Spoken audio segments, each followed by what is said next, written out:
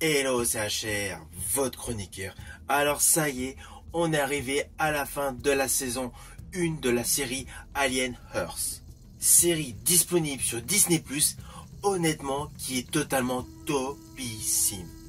Perso, je valide totalement cette saison. Alors oui, il y a eu un épisode où c'était un petit peu plus au ralenti. La trame scénaristique avait quelque peu ralenti. Mais in fine, les 7 épisodes qui mènent aujourd'hui à cet ultime épisode, l'épisode 8, ont parfaitement installé tous les différents arcs narratifs pour tout simplement converger vers un final totalement explosif.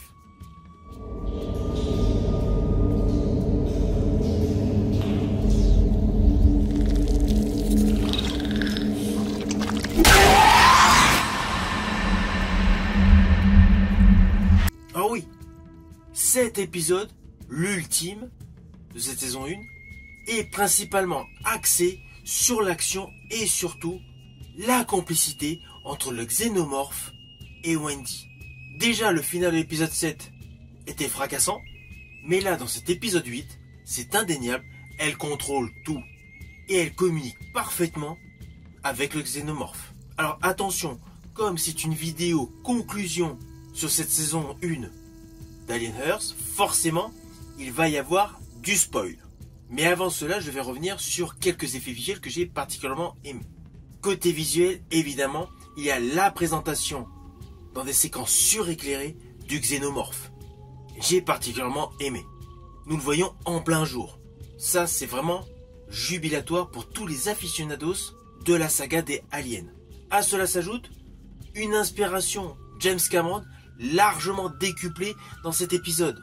Je pense principalement vers la fin de l'épisode 8, lorsqu'on voit l'unité armée rentrer dans le laboratoire. Arme au poing, on est obligé de penser à Aliens.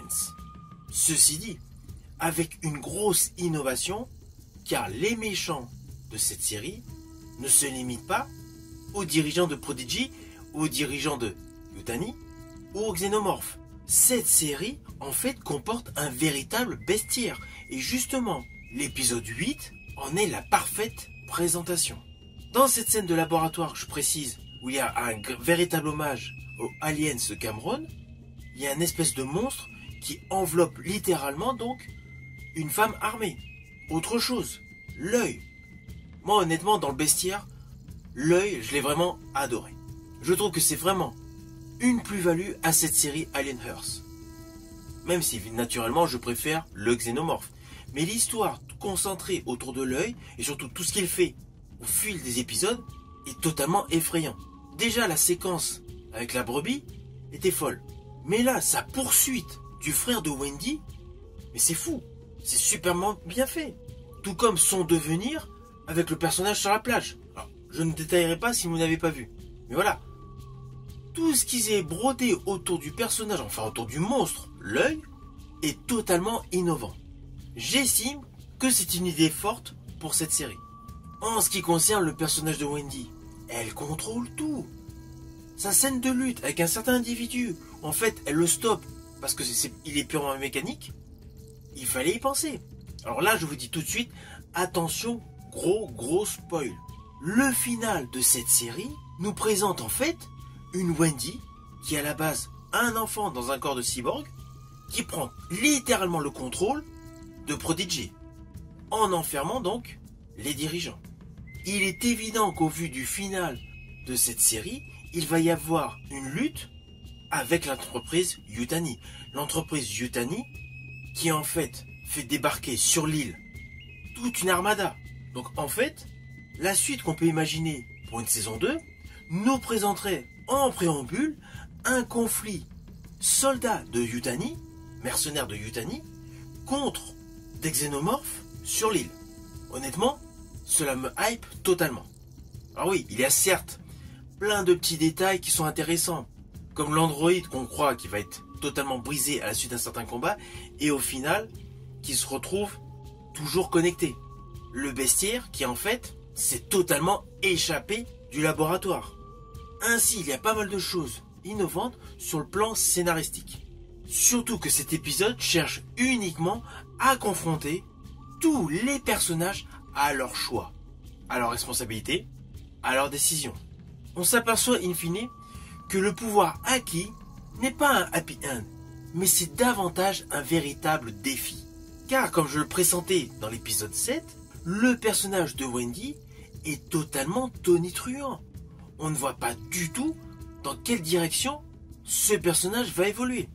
Déjà à la fin de l'épisode 7, sa réflexion par rapport à son frère qui a envoyé une décharge sur son ami Cyborg, ça laisse passer un petit côté surprenant par rapport à son sentiment familial.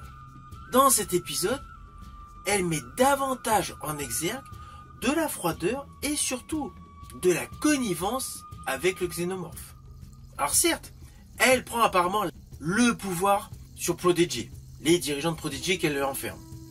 Mais est-ce qu'elle va rester avec son côté gentil qu'elle avait depuis le début de la série, ou est-ce qu'elle va basculer vers un côté obscur où tout simplement elle sera l'impératrice d'un bestiaire, principalement composé de xénomorphes.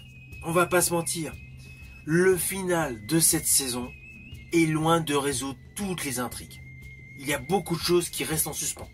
Cela peut partir dans tous les sens.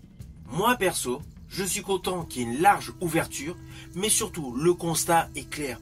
Cette série était totalement innovante par rapport à tous les films qui ont été faits. Et cela n'empêche pas que cette série, selon moi, est meilleure que certains opus de la saga Alien.